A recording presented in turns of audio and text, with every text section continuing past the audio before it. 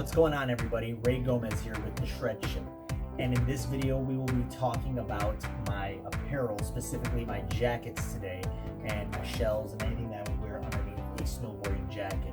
This is the second video of a compilation that we'll have on YouTube here where is having too much of something a bad thing. As you may know, based on my boot collection, I think having too much of something is actually a good thing in regards to snowboard apparel, gear, snowboards themselves to try out. So we're gonna go through my collection of jackets and everything, and you'll let me know if having too much of something is actually bad. I don't think so. All right, so first things first, we'll start talking about some of my lighter jackets that I have for the spring and winter, not to mention some hoodies and some shirts that I would wear underneath those jackets, along with maybe some of my actual snowboarding jackets themselves.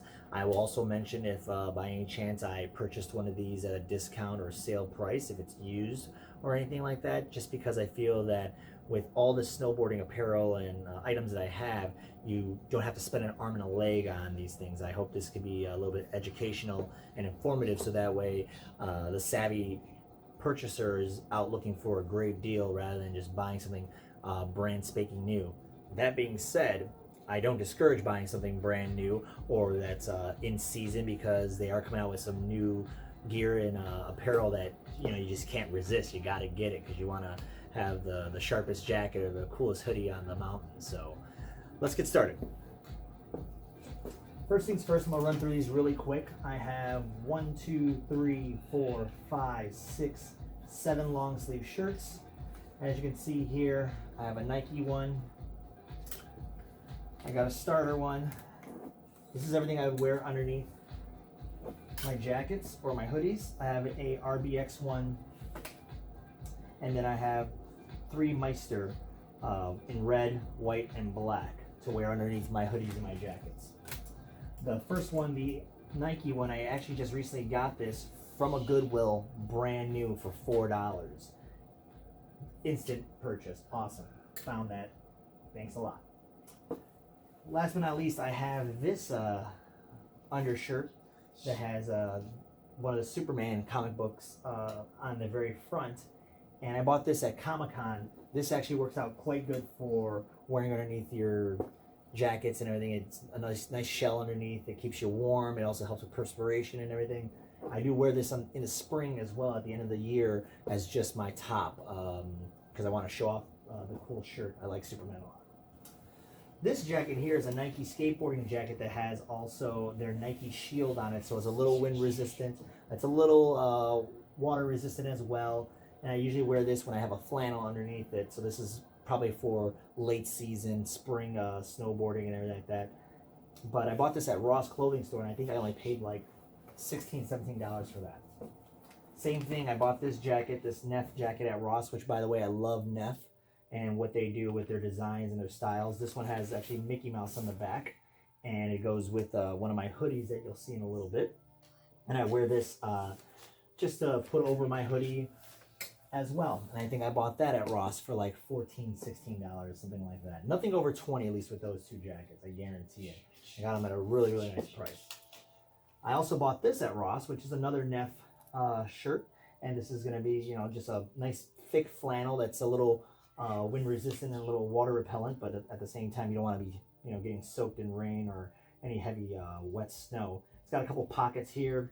I paid, I know for a fact, like $12 for this shirt. It was on sale, brand new. That was pretty awesome. This Neff hoodie is my absolute favorite.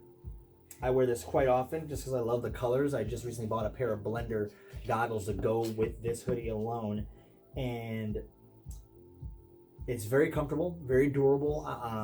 I've sat in deep snow with this, and it kind of just brushes right off. So definitely water resistant and wind resistant as well. It's pretty heavy. It keeps you warm, as I mentioned. And I got this as a gift, so I can't say I found this on sale or anything, but got it as a gift. This next Neff hoodie is becoming one of my favorites as well. As I mentioned, I love their product, and I love the way everything fits and how it keeps you warm, and like I said, wind resistant, water resistant. And this hoodie, I bought this at Zoomy, and I think I got it online, and I got it for 50% off. It ended up being like $35 or even $30 for the hoodie. Got it on sale at the end of the season. This Neff hoodie, you see a trend going. I bought this at Ross also, and I spent maybe no less than, or no more than 20 bucks on it. I just got this from Burton. It's one of their new hoodies.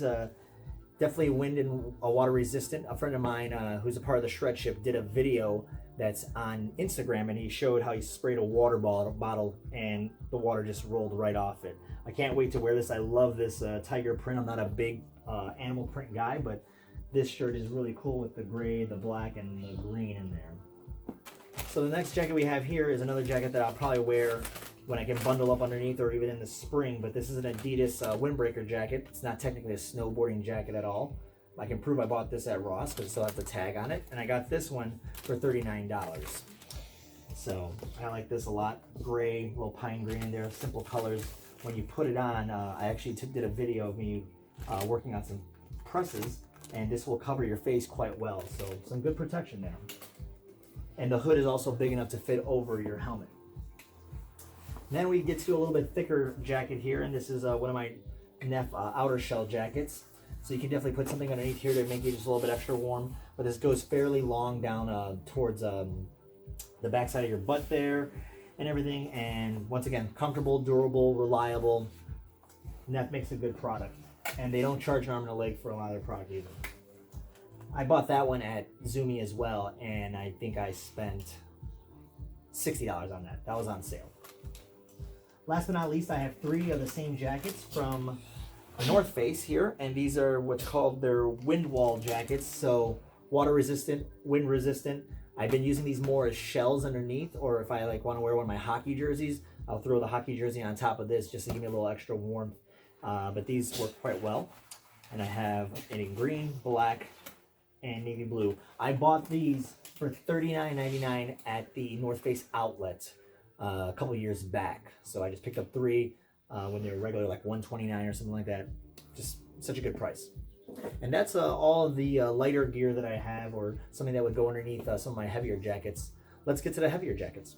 So now that you've seen the lighter jackets and hoodies that I wear for your early season or spring season, along with the undershirts that I would wear year round, I want to move our attention now to the heavier ski and snowboarding jackets that I actually own. Now, the majority of these jackets do serve that exact function and purpose. They have the snaps that are around your torso area to keep snow from coming up.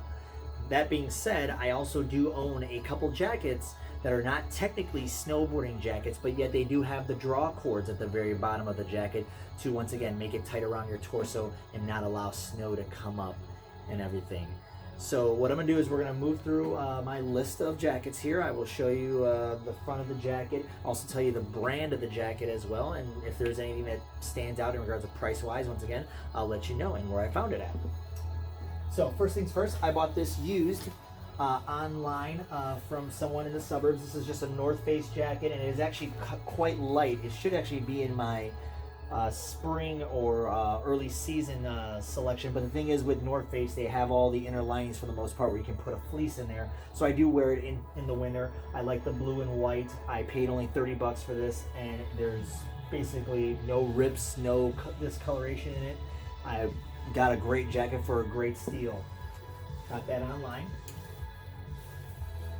This next jacket is another North Face jacket. It's definitely a little bit heavier. This is their dry vent jackets, and this one definitely protects from the elements. And once again, I can put a fleece underneath this to make it a whole lot warmer.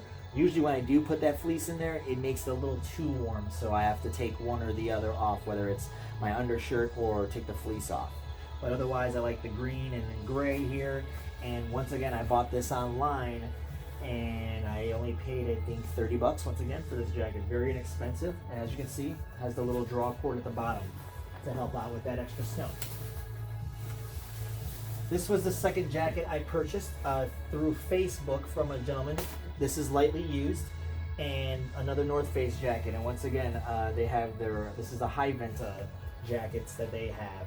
I love the color here. It's got the neon green accent there. This is a snowboarding jacket. It has the snaps in the inside for protection, plenty of pockets, an area for your headphones to go through as well. And I think I paid $45 for this jacket when I first bought it 3 years ago. Still in great shape, still very serviceable. The next jacket I have here is a jacket I bought from a guy in South Bend, Indiana, brand new. Another North Face jacket. Now, it's not 100% waterproof or anything like that, but it's an extremely warm jacket. And the material on here, I can tell that it definitely will kick some water's butt, but at the same time, I wouldn't want to be sitting in a pile of pow with this jacket. But extremely warm, has a draw cord at the bottom to keep the snow out. I've worn this a couple times, and I paid $40 for that jacket. I'm assuming that a jacket of that type with North Face would probably have cost brand new somewhere close to $150 to $200. This jacket I bought for $60 on sale at Macy's, another North Face jacket. This one is definitely more waterproof than the previous one. Has some good pockets for holding your phone and anything else you might need on the mountain. Has the draw cords at the bottom to keep the snow out, and it's extremely warm. I like this. I like the camo print. It's one of the few things that I have that's camo print. I'm not a big fan of camo and animal print, but that one and the previous Burton hoodie that I just bought, I like those. This is probably the find of all finds. It's a Neff snowboarding jacket. I found this at Ross last year, sitting on a rack with two other ones, and I bought it for $7. I'm sorry, $8. I have the proof here. $8 snowboarding jacket from Neff, which normally goes in between $80 to $100. The next two jackets I'm going to show you are O'Neill jackets. This first one is a true snowboarding jacket, so it does have the inner lining to snap near your torso. I haven't worn it yet. It's brand new. I paid about $60 for this one at Ross Clothing Store when I bought it. Just gray and gold, yellow mustard color. I like it. Can't wait to wear that one. I've worn this parka, which is definitely a 10K in regards of water resistance, water proofing. Another O'Neill jacket, just that kind of like a hunter green, pine green color and everything like that, army color. Really nice, very warm jacket. I like this one a lot too. And I paid about $60 for it at Ross. The next jacket I'm going to show you is a jacket made by a company called Funwear that I found on Amazon. I believe I spent about $80 for it, and it is a snowboarding jacket. It has the inner lining system here for you. It's got a lot of pockets. And as you can see, it's got the Marvel comics strip on there. And if you know anything about me, I love Marvel. I love Star Wars, I love Star Trek, I love Superman. I love all that stuff. I'm a little bit of a nerd. But at the same time, I thought it was a pretty cool jacket. And it was warm. I actually wore it at Big Sky during a February session and didn't get cold once. This jacket I bought at Burlington Coat Factory. It's a Fila jacket. It's not a snowboarding jacket, it's just a winter jacket. But this is the first jacket I bought because, you know what, I didn't know if I was gonna like snowboarding. I didn't want to invest a lot of money in it. So I spent $30 on this jacket, and if I ripped it up, shredded it up, I didn't care. Now it's kind of like a little trophy to remember where it all started from. I might use this jacket to put some patches on it, maybe some Star Wars patches. But I'm definitely not getting rid of it. This next coat has a little bit of weather resistance here, but it doesn't have any draw cords on the bottom, and as you can see, it's buttoned up. This is a 686 jacket, and this is not the best material to wear snowboarding, but this is a snowboarding jacket. It's got 1K protection, and I'll just make sure not to fall when I'm using this jacket, but it is warm, and I like the color combination of this gray here with this nice little green color. I can't wait to wear this one. I like this a lot. I spent $89 on that jacket, and I'm not sure what the regular price was, but I bought it from a place called Viking Ski Shop, which is here in Chicago. Go check them out. They got a lot of good stuff. The next three jackets that I'm going to show you are basically the same style in a sense from 686, and they all have 10K waterproofing on them. But I got this nice gray one I got from Burlington Coat Factory for $60. And lo and behold, I got the matching navy blue one for $60. The red one here is a hint lighter, but still has the same protection, and it's still fairly warm, but it's just got a different pattern on the front of the jacket as well, on how everything's laid out. But once again, Burlington Coat Factory, $60. Cheap compared to finding that online for anywhere between $150 to $200 from 686. And my last jacket on my rack is this 686 jacket here. And I believe it's got 10K proofing as well. Let me double check. This is one of their older model jackets. I bought this used from a guy in Chicago, and you know, just like the setup on it, you know, the white, the blue, the black, and here it's a different pattern compared to the other solid color jackets I have. But I bought this jacket for 40 bucks used, and once again, perfect condition. It's got tons of life left in it. A lot of people just finally give up on snowboarding, or they decide it's not for them, so they decide to get rid of their apparel and stuff, and I have no problem scooping it up for a reasonable price. And like that, my snowboarding jackets for the 2020 season.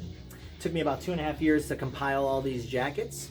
Got a lot of different colors, different styles, a lot of different functionality, so that way I can snowboard better, I can look good and feel good.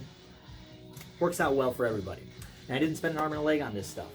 That being said, I don't want to discourage anybody at all from buying brand new from your favorite snowboard company, because they are always coming out with new tech and new design, new features with their apparel and gear. And sometimes you do have to spend regular price for that new stuff to check it out and see if it actually works for you while you're snowboarding.